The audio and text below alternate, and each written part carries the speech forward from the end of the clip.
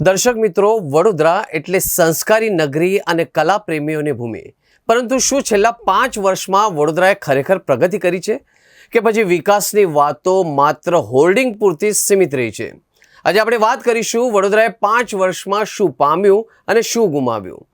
ગુજરાતનું સાંસ્કૃતિક પાટનગર ગણાતું વડોદરા શહેર છેલ્લા 5 વર્ષમાં અનેક ઉતાર ચઢાવનું સાક્ષી બન્યું છે. એક તરફ સ્માર્ટ સિટીના પ્રોજેક્ટ અને આધુનિક ઇન્ફ્રાસ્ટ્રક્ચરની હરોળમાં સ્થાન મેળવવાની મથામણ છે, તો બીજી તરફ જનતાના પાયાના પ્રશ્નો આજે પણ વણ ઉકેલ્યા છે. સિદ્ધિઓની વાત કરીએ તો વડોદરાએ હેરિટેજ અને હેલ્થકેર સેક્ટરમાં મોટી સફળતા મેળવી છે. 175 વર્ષ જૂના ગણેશ મંદિરની યુનેસ્કો માટેની દાવેદારી હોય કે કેન્સરની અત્યાધુનિક સારવાર, વડોદરાએ પોતાની છાપ છોડી છે. વિશ્વામિત્રી નદીનું ડ્રેજિંગ અને પૂર નિયંત્રણના કામો હજુ પણ કાગળ પર જ વધુ દેખાય છે. દર વર્ષે ચોમાસામાં વડોદરાવાસીઓને પૂર અને મગરની દહેશત નીચે જીવવું પડે છે. છેલ્લા 5 વર્ષમાં ચૂંટાયેલા અનેક કોર્પોરેટરો પ્રજાના પ્રશ્નો સભામાં ઉઠાવવામાં સદંતર નિષ્ફળ નીવડ્યા છે. વડોદરાએ ઊંચાઈ તો મેળવી છે, પણ પાયાની મજબૂત ક્યાં ખોવાઈ છે?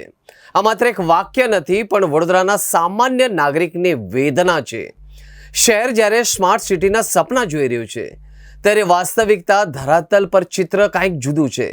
સ્માર્ટ સિટીમાં આજે પણ અનેક વિસ્તારોમાં દૂષિત પાણીની ફરિયાદો છે. જૂની થઈ ગયેલી ડ્રેનેજ લાઈનો વારંવાર ઉભરાય છે, જે રોગચાળાને આમંત્રણ આપે છે. કોઈ પણ ઇમારત તેના પાયા વગર લાંબો સમય ટકી શકતી નથી. વડોદરાને માત્ર લાંબા બ્રિજ કે રંગીન લાઇટોની જરૂર નથી, તેને જરૂર છે શુદ્ધ પીવાના પાણીની અને પૂરમુક્ત ચોમાસાની, અને એક સક્રિય જનપ્રતિનિધિ. જે પાયાની આ સમસ્યાઓ નહીં ઉકેલાય તો વિકાસની આ ઊંચાઈ માત્ર એક ભ્રમ સાબિત થશે. જે શહેરમાં બ્રિજ પર કરોડો ખર્ચાય છે, ત્યાં સોસાયટીના નળમાં આવતું ગંદુ પાણી જનતાની સુખ શાંતિ હણી લે. શુદ્ધ પાણી માટે આજે પણ લોકોને વલખા મારવા પડે છે. ચોમાસું આવે એટલે સ્માર્ટ સિટીના સપના જોતી જનતા પોતાની કિંમતી સામાન્ય માળીએ ચડાવવામાં વ્યસ્ત થઈ જાય છે. વિશ્વામિત્રીના પાણી જ્યારે ઘરમાં ઘૂસે છે, ત્યારે સપનાઓની ભવ્યતા ઓગળી જાય છે. વિકાસના નામે ઊંચા ટાવરો અને લાંબા બ્રિજ ભલે બને, પણ નાગરિક પોતાના ઘરમાં શાંતિથી શુદ્ધ પાણી પી શકતો ન હોય કે પૂરના ભય વગર સૂઈ શકતો ન હોય, તો એ વિકાસ ખોખલો છે.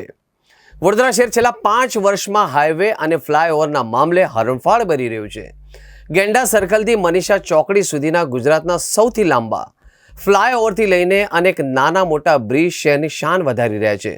પરંતુ વાસ્તવિકતા એ છે કે બ્રિજ ઉપર વાહનો સડસડાટ દોડે છે, પણ બ્રિજ પૂરો થતાં જ નીચે ઉતરતા નાગરિકો ફરી એ જૂના ટ્રાફિક જામનો ભોગ બની રહ્યા છે.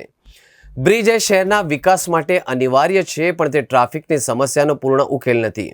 વડોદરાને હવે જરૂર છે ઇન્ટિગ્રેટેડ ટ્રાફિક પ્લાનિંગ, કે જેમાં બ્રિજની સાથે સાથે નીચેના સર્વિસ રોડનું વિસ્તૃતીકરણ, પાર્કિંગની પોલિસીનો કડક અમલ અને જાહેર પરિવહનની વિશ્વસનીયતા વધારવા જેવા પગલાં લેવા અનિવાર્ય છે.